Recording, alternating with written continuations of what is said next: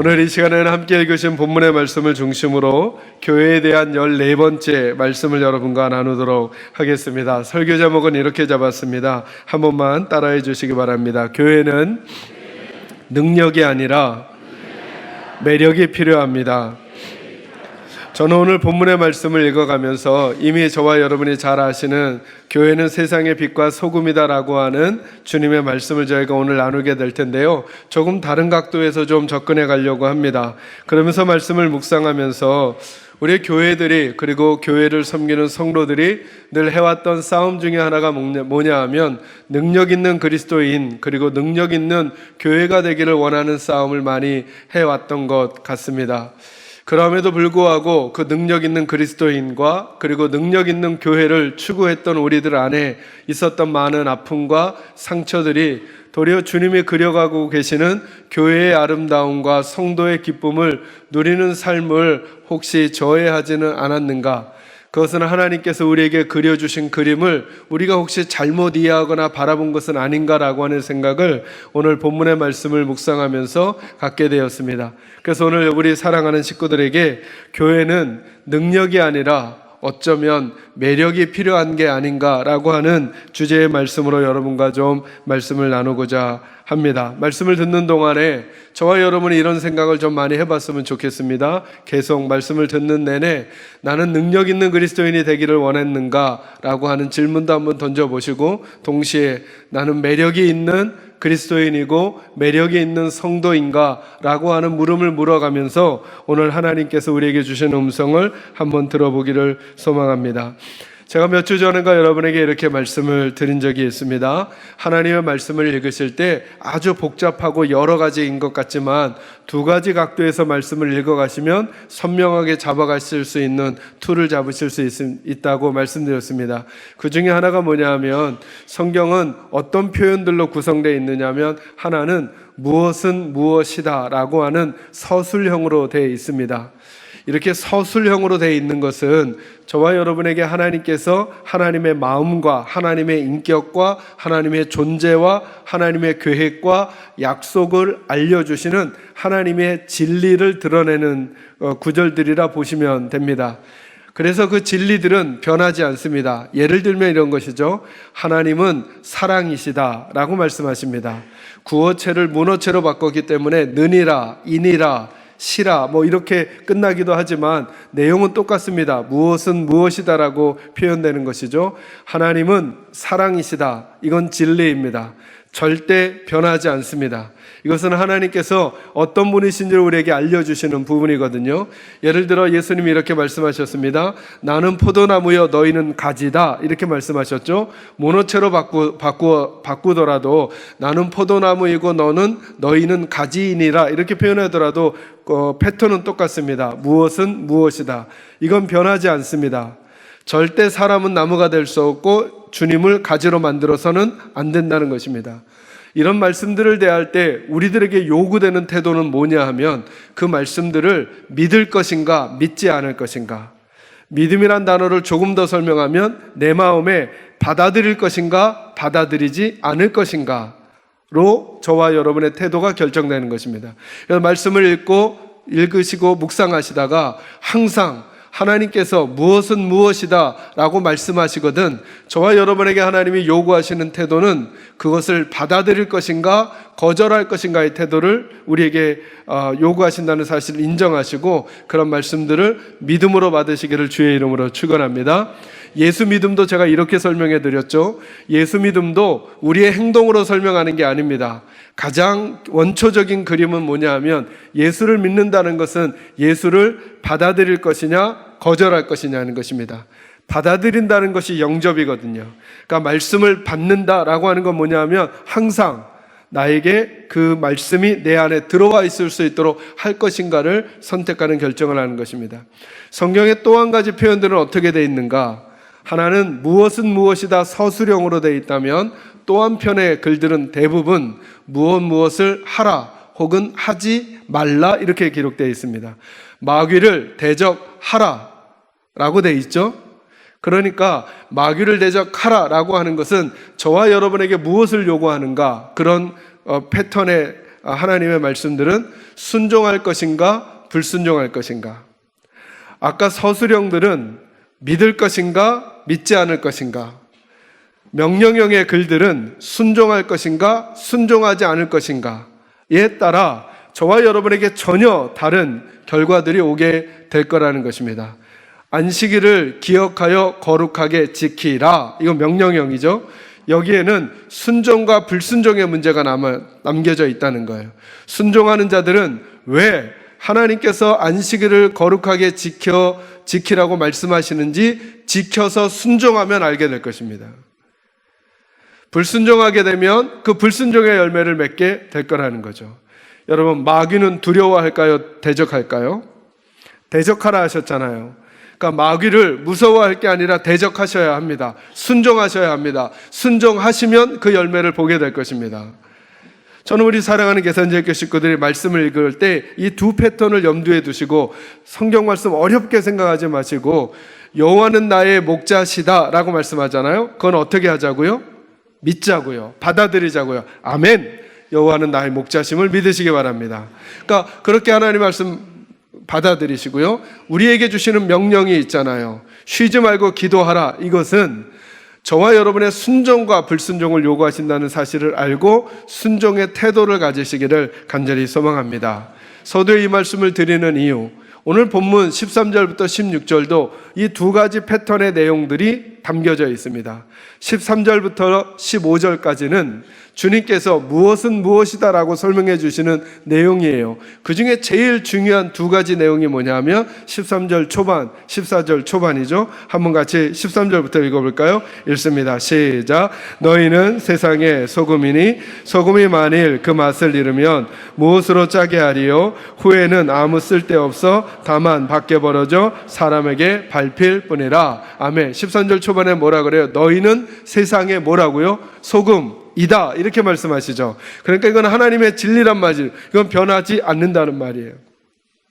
14절 초반은 어떻게 됩니까? 같이 읽습니다. 시작. 너희는 세상의 빛이라. 산 위에 있는 동네가 숨겨지지 못할 것이요. 아멘. 서술해 주시죠. 너희는 세상의 뭐라고요? 빛이라 말씀하셨어요. 이건 변함이 없는 하나님의 진리임을 믿으시기를 바랍니다. 자, 여기에 믿음이 필요하다는 거예요. 자, 여러분은 세상의 빛입니까? 아니, 있는 그대로 생각했을 때 여러분이 누군가에게 한번 이렇게 자신을 소개한다고 생각해 보십시오. 제가 세상의 빛입니다. 병원에서 나왔나? 제가 세상의 소금입니다 라고 말한다면 말을 하면서도 뭔가 좀 오글거리고 그 듣는 사람에게도 자신 없어지는 우리들의 모습인 거죠. 그죠? 그래서 믿음이 필요하다는 거예요. 믿음이. 오늘 본문에 주님이 이렇게 말씀하시죠. 너희는 이렇게 말했어요. 너희가 있으면 누가 있을까요? 너희가 있다면 저희가 있는 거죠. 너희와 저희의 차이가 뭘까요? 저희들은 세상의 소금이 아닌 거예요. 너희가 세상의 소금인 거예요. 너희는 누굴까요? 예수를 마음에 영접한 사람들인 거죠. 예수를 마음에 영접한 사람들에게 주님이 주시는 신분이 있다는 거예요. 그게 너희는 세상의 빛과 소금이라는 거예요. 여러분 꼭 믿으셔야 합니다. 근데 우리가 이걸 잘 안 믿는 거예요. 잘 안 믿으니까 어떤 식으로 표현을 바꾸냐 하면 세상의 빛과 소금이 되자 이렇게 말하는 거예요. 질문요. 되자 그러면 된 거예요? 안 된 거예요? 그러니까 우리는 정직하고 싶은 거예요. 정직하고 싶은 거예요. 내가 어디 세상의 소금입니까? 내가 어떻게 세상의 빛입니까? 말하기도 부끄럽죠. 라고 하는 것 때문에 조금 더 그래도 난 정직한 사람이 되고 싶다는 말 때문에 누구의 진리를 거절하고 있는 것이냐 하면 주님의 진리를 거절하는 거예요. 그건 겸손도 아닌 거예요, 여러분. 제가 늘 설명해 드리죠. 겸손이나 교만, 어떤 단어도 하나님을 빼놓으면 안 되는 거예요. 자, 왜 이게 겸손하지 않은가? 주님이 우리 보고 세상의 빛과 소금이라고 누가 선언하셨다고요? 주님이. 근데 우리가 그걸 안 받아들이는 거예요. 그걸 안 받아들이고 주님의 말씀을 안 받아들이고 내가 판단하는 나를 받아들이는 거예요. 그래서 다시 그 말을 바꾸는 거예요. 주님의 말을. 나는 세상의 빛과 소금이 아니라 세상의 빛과 소금이 되려고요. 이렇게 바꾸는 거예요. 그러니까 믿음의 선언을 하지 않는 거죠. 주님을 영접하는 것도 마찬가지인 거예요. 예수 믿으면 하나님의 자녀가 되는 권세를 줍니다 라고 주님이 말씀하셨는데, 우리 생각에 자꾸 더 윤리적으로 도덕적으로 생각하는 거예요. 예수 믿어도 바르게 살아야 하나님의 자녀가 되는 게 더 합리적이고 논리적이고 이성적이지 않을까라고 생각하니까 주님이 주신 그 복음의 능력을 인정하지 않는 거예요. 그리고 복음을 철학화시키고 논리화시키고 윤리화 자꾸 시키는 거죠. 그래서 우리에게 믿음을 요구하는 거예요. 논리로 설명하는 게 아니라 믿음으로 요구하는 거예요. 믿음으로. 믿음의 세계는 믿음으로 들어가면 그 다음이 풀리는 거거든요. 그래서 창세기 1장 1절이 중요하다 말씀드렸잖아요. 여러분, 사람이 무리를 걸을 수 있습니까? 못 걷습니까? 우리 생각엔 못 걷죠. 근데 만약에 창세기 1장 1절을 믿으신다면, 태초에 천지를 하나님이 창조하시니라, 하나님이 말씀으로 천지를 만드셨대요. 그 하나님이 우리로 하여금 무리를 걷게 하실 수 있을까요? 하나님이 하신다면 하실 수 있죠. 이 말씀이 믿어지면 나머진다. 그래서 성경은 처음부터 우리에게 믿음을 요구했던 거예요. 하나님이 하셨다 하는 일은 믿음이 필요한 거예요. 그래서 여러분, 너희들, 예수를 영접한 너희들은 세상의 빛과 소금이다라고 주님이 선언하셨다면, 저와 여러분 오늘 첫 번째 말씀입니다. 주님이 주신 이름으로 싸시기를 주의 이름으로 축원합니다. 그러니까 여러분 스스로가 늘 생각하십시오. 나는 세상의 빛과 소금이다. 물론 너무 오버해서 이 세상을 전체 세상의 빛 이렇게 생각하시는 거 아니고, 세상 속에 있는 성분의 빛 이렇게 이해하시면 되는 거예요. 저와 여러분은 세상의 빛과 소금이라는 주님의 이름으로 사시기를 주의 이름으로 축원합니다. 여러분은 이번 한 주간 동안도 우리 장로님 기도해 주시고 목사님 기도한 것처럼 이번 한 주간도 우리가 주의 백성으로 살려고 하다가 여러 가지 한계와 어려움과 그리고 막막함과 답답함을 만나셨을 것입니다. 그럴 때마다 그 상황들이 우리로 하여금 우리를 규정하게 만듭니다. 그 상황 앞에 있는 나로. 그러나 여러분, 믿음의 삶은 상황이 규정하는 나로 사는 게 아니라 주님이 규정하시는 나로 살아가는 것입니다. 남이 평가하는 나로 살아가는 게 아니라 주님이 평가하는 나로 살아가는 것입니다. 그래서 교만과 겸손 다 마찬가지죠. 내가 아무리 의로운 행동을 하고 살아도 성경이 이렇게 말하잖아요. 모든 사람이 죄를 범하였음에 하나님의 영광에 이르지 못한다 라고 선언하셨어요. 이건 진리예요. 누구도 예외가 없어요. 그러니까 모든 사람이 뭘 범했다고요? 죄를요. 그래서 로마서 말씀에 말씀하시죠. 의인은 없나니 뭐도 없다고요? 하나도 없다고요. 그러니까 아무리 내가 의로운 행동을 하고 있어도 항상 기억해야죠. 나도 누구라고요? 죄인이라고요. 여러분이 아무리 존경하고 떠받고 싶은 사람이 나타나더라도 절대 놓치지 말아야죠. 그도 누구라고요? 죄인이라고요.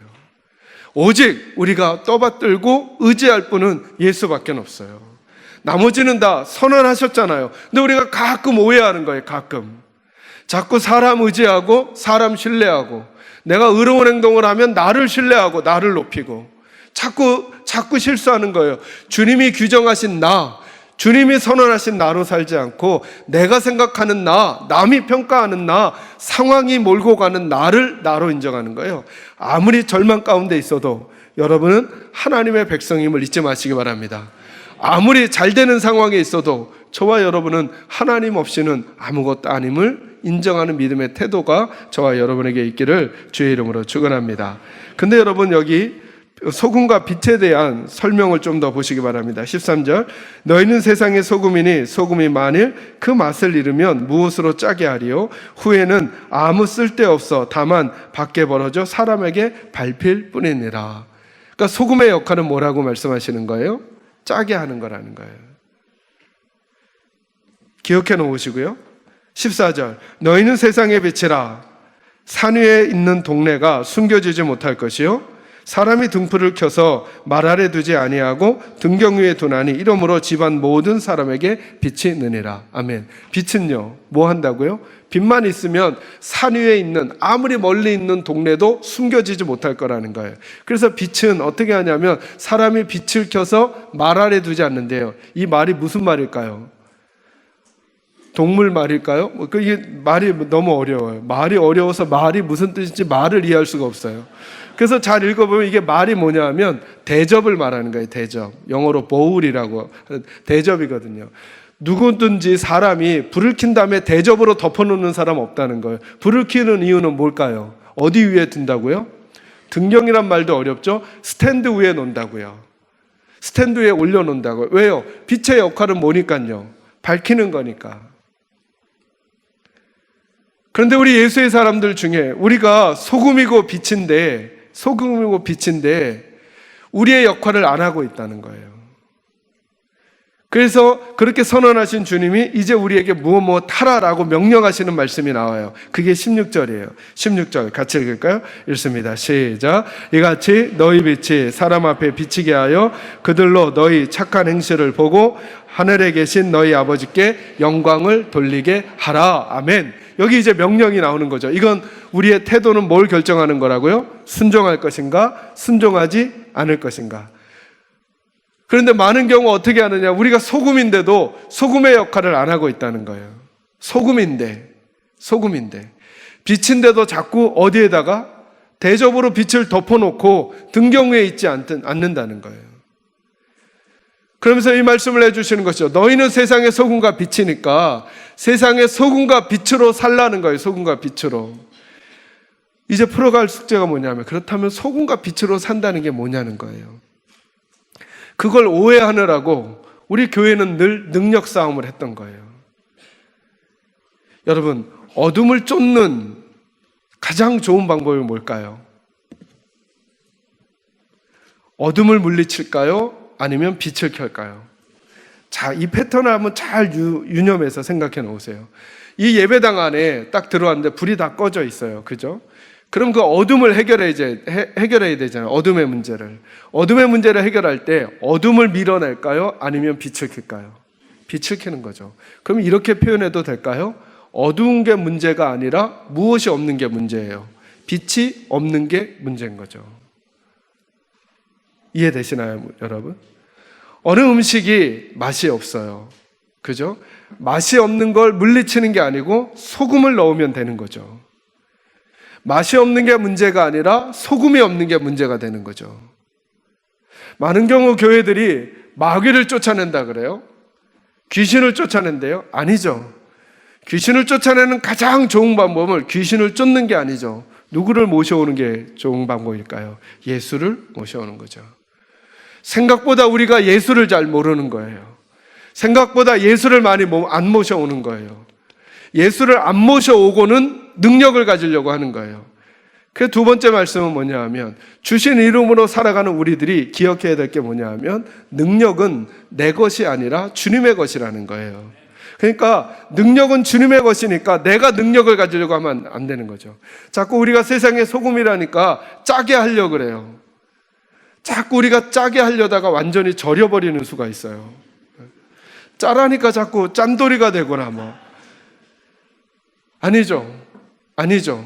진짜 소금과 진짜 빛은 우리가 아니고, 우리는 왜 빛이 되었냐 하면 우리가 빛이라서 빛이 된 게 아니라 우리 안에 진짜 빛을 가지고 있기 때문에 빛이 된 거예요. 여러분, 본문 말씀 표시하시고 고린도후서 4장 7절 말씀 한번 찾아보겠습니다. 신약성경 290조 그 어간입니다. 고린도후서 4장 7절 말씀.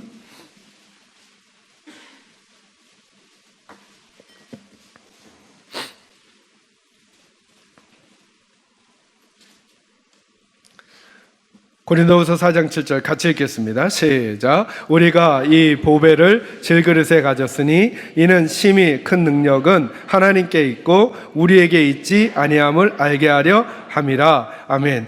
여러분 이 말씀을 위에서부터 쭉 읽어오시면 이 보배가 누구를 가리키는지가 나타납니다. 6절 말씀에 보면 어두운데 빛이라 말씀하셨던 그 하나님께서 예수 그리스도의 얼굴에 있는 하나님의 영광을 아는 빛을 어디에다 비추어 주셨다고요? 우리 마음에. 그리고 우리는 그래서 우리를 주님께서 그려주시기를, 하나님께서 그려주시기를 마치 무엇을 담고 있는, 보배를 담고 있는 뭐와 같다고요? 질그릇 같다는 거예요. 그러니까 우리는 원래 뭐라는 거예요? 질그릇이라는 거예요. 예수 믿어도 우리가 질그릇임을 잊지 말아야 돼요.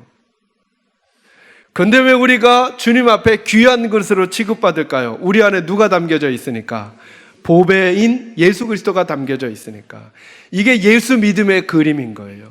여러분 늘 이중적인 혼란함이 있으셨죠. 나는 왜 예수를 믿는데 아직도 내 삶이 이럴까? 이런 이유가 뭘까요? 오늘 그림으로 따지면 내가 재질이 뭐라고요? 질그릇이라서. 그런데도 불구하고 주님이 내 예배를 받으시는 이유와, 그럼에도 불구하고 내가 주님께 기도할 수 있는 이유와, 그럼에도 불구하고 내가 천국 소망을 확신할 수 있는 이유는 질그릇인 나 때문이 아니라 내 안에 있는 누구 때문에? 보배이신 예수 때문에. 그래서 예수가 없으면 아무것도 없는 것이고 예수가 있으면 모든 것이 있는 것이죠. 그래서 말씀하시죠. 아들이 있는 자에게는 뭐가 있고요? 생명이 있고, 뭐가 없는 자에게는, 아들이 없는 자에게는 생명이 없다고요. 그래서 믿음은 어떤 행동을 하느냐로 묻는 게 아니라 질그릇 안에, 나 안에 예수를 담았는가 담지 않고 있는가의 문제로 설명해 가야 하는 거예요. 그리고 나서 그 다음부터 예수를 닮아가는 거죠. 차이 이해하시죠? 예수를 담은 것과 닮아가는 것. 우리는 자꾸 이렇게 설명하려고 하는 거예요. 예수를 닮아가는 내 모습을 통해 내가 예수를 담은 사람인 걸 증명하려고 하는 거예요. 그렇게 증명되지 않아요. 왜요? 우리는 뭐로 만들어져 있으니까? 질그릇으로 만들어져 있으니까. 그러니까 여러분 성도는 늘 인정해야 하는 거예요. 늘 기억하고 있어야 되는 거예요. 능력은 내게서 나가지 않고 누구에게서 나가요? 예수에게서 나가는 거예요. 하나님에게서. 예배의 능력은 사람에게서 나가는 거 아니고요, 예수님에게서 나가요. 이 찬양의 능력은 우리에게서 나가는 건 아니고 성령님에게서 나가요. 그래서 예배하는 자는 무엇과 무엇으로 예배하라고요? 신령과 진정으로. 이걸 지금 성경에서 바꿔줬다 그랬죠? 영과 무엇으로요? 진리로. 영어 표현, 헬라어 표현으로 보면 진리로라고 하는 것이 도구적 의미가 아니라 어디 안에 인, 영, 인, 진리 이렇게 돼 있어요. 그러니까 영 안에서, 그리고 무엇 안에서? 진리 안에서 예배해야 된다고요. 그 영과 진리가 무엇일까요? 성령 하나님과 진리는요, 예수님이라고요. 그러니까 예배는 누구 안에서? 예수님 안에서. 예배는 누구 안에서? 성령 안에서 드리는 거라고요. 그분들이 예배 가운데 역사해 주셔야만 그 안에서 우리가 하나님께 받아들여질 수 있는 거예요. 기도할 땐 누구 이름으로 기도해요? 우리 열정 아니라니까요. 우리 열심, 우리 목소리의 크기, 우리의 단어 아니라니까요. 이건 하나님이 다 아셔요. 하나님은 뭘 보시는 거냐면 질그릇 보는 게 아니라 질그릇 안에 뭘 보신다고요? 보배를 보신다니까요. 우리가 하나님께 나아갈 담대함을 얻게 되었는데 그 담대함은 우리 때문이 아니고 이제 우리 안에 계신 누구 때문에? 피 흘려 돌아가신 예수님 때문에. 그래서 예수 밟지 않고 지나가면 기도될 수 없는 거죠. 보혈을 지나 성소로 간다는 거. 예수님 돌아가셨을 때 성소의 휘장이 찢어졌죠. 그죠? 지성소와 성소를 가르고 있던 휘장이 찢어졌어요. 아래에서 위로, 위에서 아래로. 위에서 아래로. 이건 뭘 의미할까요? 누가 찢으신 거예요? 하나님이 찢으셨다고요. 근데 너무나 놀라운 것은 그 찢어진 휘장은 예수의 몸이다 이렇게 말씀하신 거죠. 지성소에서 하나님 만나거든요. 그 지성소에 하나님을 만나러 갈 때 우리는 누구의 몸을 밟고 가는 거예요? 예수의 몸을 밟고 서야 하나님 만나는 거예요. 이게 예수님 안에서 예배하는 거예요. 예수 없이 우리의 찬양과 기도, 예수 없는 우리 믿음 생활은 종교 생활밖에 아무 의미 없어요. 왜요? 우리는 무엇을 담은 질그릇이라고요? 보배를 담은 질그릇이라고요. 그러니 잊지 마셔야 합니다. 능력은 질그릇에서 나갈 수 없어요. 내 능력은 내 안에 계신 오직 예수라는 사실을 저와 여러분 믿으시기를 주의 이름으로 축원합니다. 마지막 세 번째, 그러면 어떻게 우리가 우리의 착한 행실로 하나님을 영화롭게 해드릴 수 있을까? 이 질문은 너무나 간단합니다. 내 안에 빛이 담겨져 있는데 빛이 나려면 어떻게 할까요? 질그릇을 열심히 닦을까요? 아니면 질그릇이 깨어져야 할까요? 질그릇이 깨어져야죠. 질그릇이. 그래서 예수님 말씀하시는 거예요. 누구든지 나를 따라오려거든 첫째, 자기 십자가를 지고 자기를 부인해야 된다 그랬어요. 자기 십자가를 지고 자기를 부인한다는 게 뭘까요? 이 질그릇이 깨어져야죠.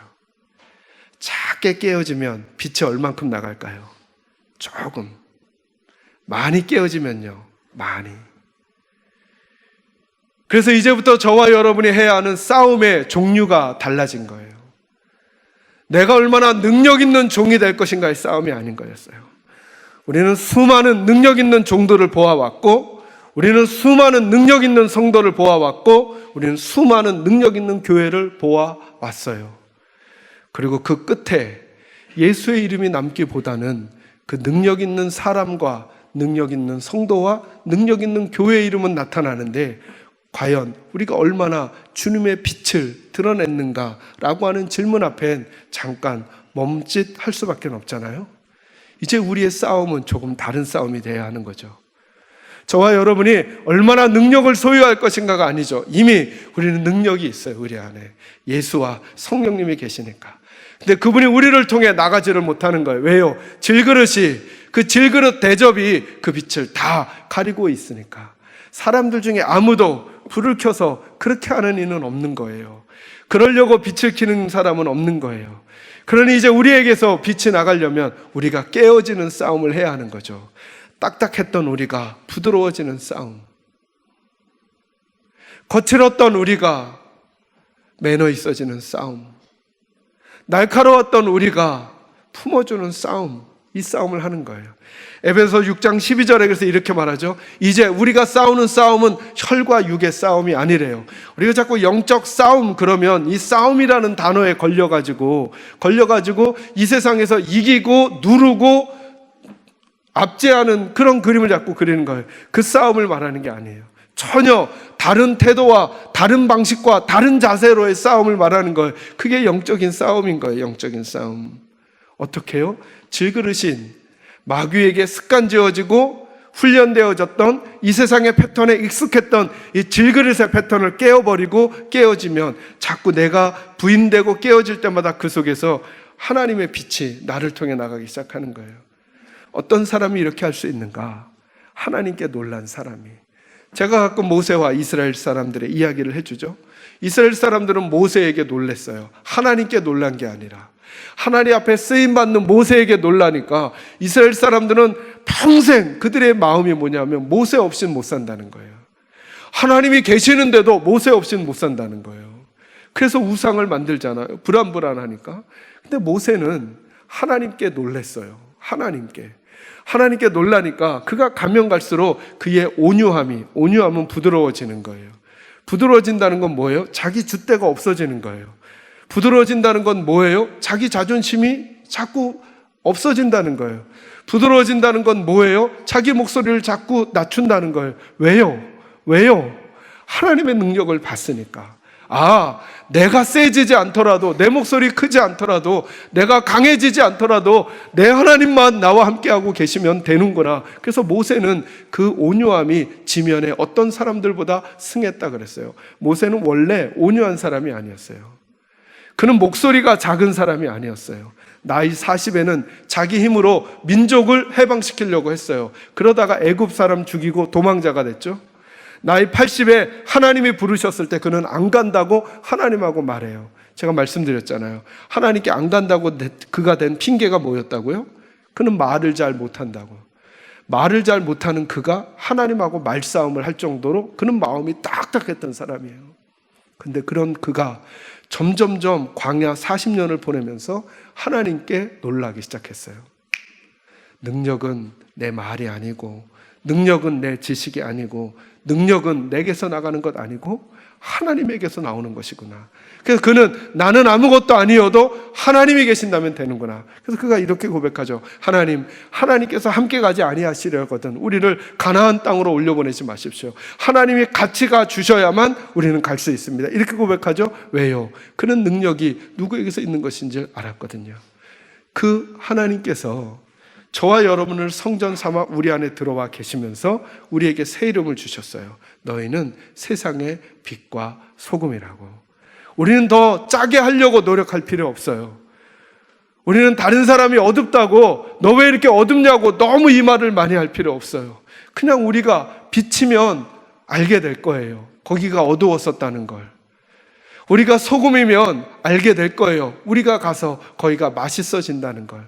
제가 왜 오늘 설교 제목을 교회는 능력이 아니라 매력이 필요하다고 말씀드렸을까요? 맛이 없는 곳에 소금이 가면 맛이 나요. 그죠?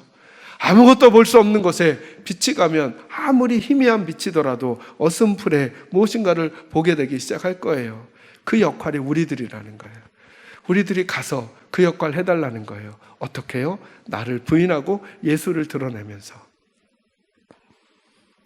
저는 우리 사랑하는 계산제일교회 식구들이 맞아요.